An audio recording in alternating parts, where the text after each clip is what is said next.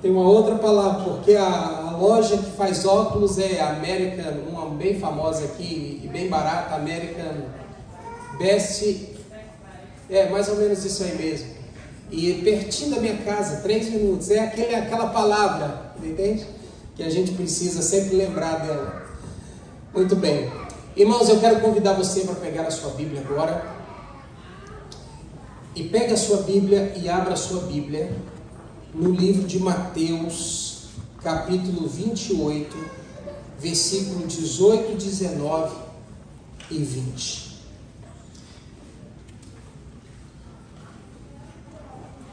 Vamos ler esse texto bíblico, porque ele tem tudo a ver conosco.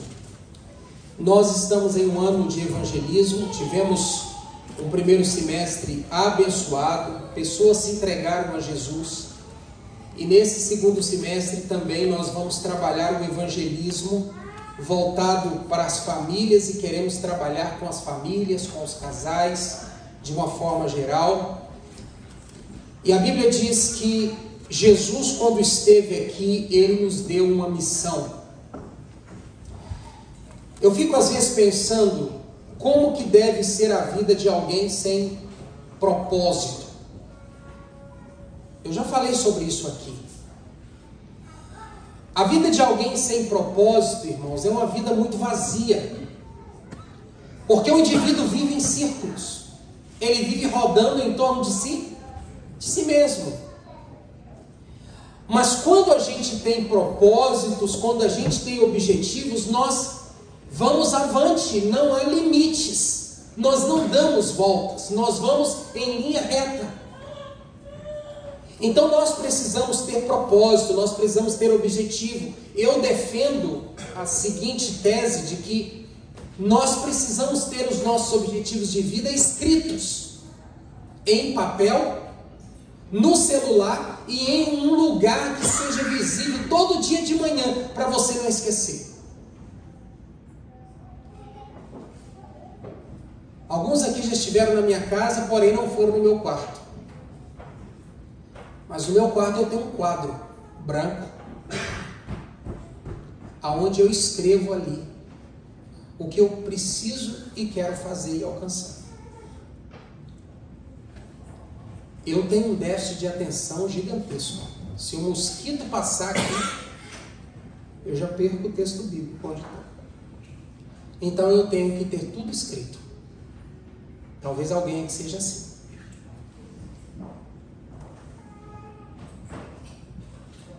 Porque senão a gente não alcança. E uma vida sem propósito é mais ou menos isso. A gente vai nascer, a gente vai crescer, nós vamos trabalhar, vamos ter saúde, vamos ganhar dinheiro, mas vamos chegar no final da vida e olhar para trás e tenha isso claro em sua mente. Vai olhar para trás e dizer assim: eu não fiz nada. Você deve conhecer alguém assim, que viveu, trabalhou e hoje está encerrando a vida 0 a 0, igual começou. E às vezes até pior. Por quê? Porque não tinha foco, não tinha propósitos, não tinha objetivos bem definidos na vida. E a Bíblia diz que Jesus, quando veio aqui, que Ele estabeleceu a sua igreja, Jesus não deixou a sua igreja sem saber para onde ela tinha que ir. Imagine uma igreja que não tem planos.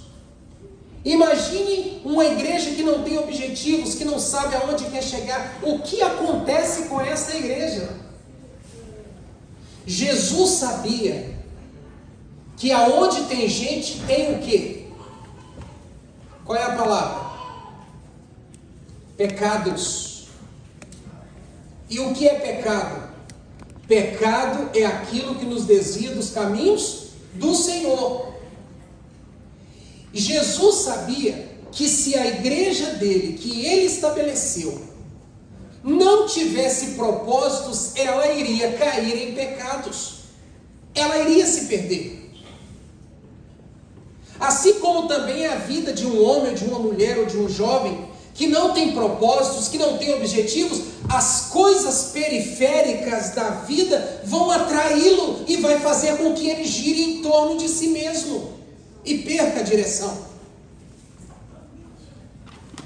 A Bíblia diz que Jesus estabeleceu sua igreja e deu um propósito para ela. Qual foi o propósito que Jesus deu para a sua igreja?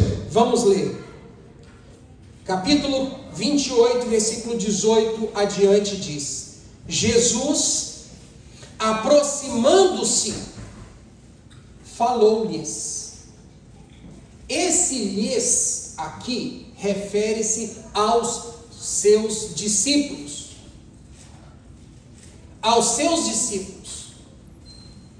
Eu quero fazer uma pergunta para você. Qual é a diferença entre discípulo e apóstolo? Qual é a diferença entre discípulo e apóstolo? Alguém saberia me dar pelo menos assim, o que você acha que é? O que você acha que é ser um discípulo? Seguidor. Um seguidor. Certo? Irmão Alan, você tem seguidores? Você tem discípulos? Não? Tem certeza disso? Está do seu lado aí. Você tem discípulo, Nilda? Você acha ou tem certeza? Fala aí, Daíse. Quem são os discípulos mais próximos de nós?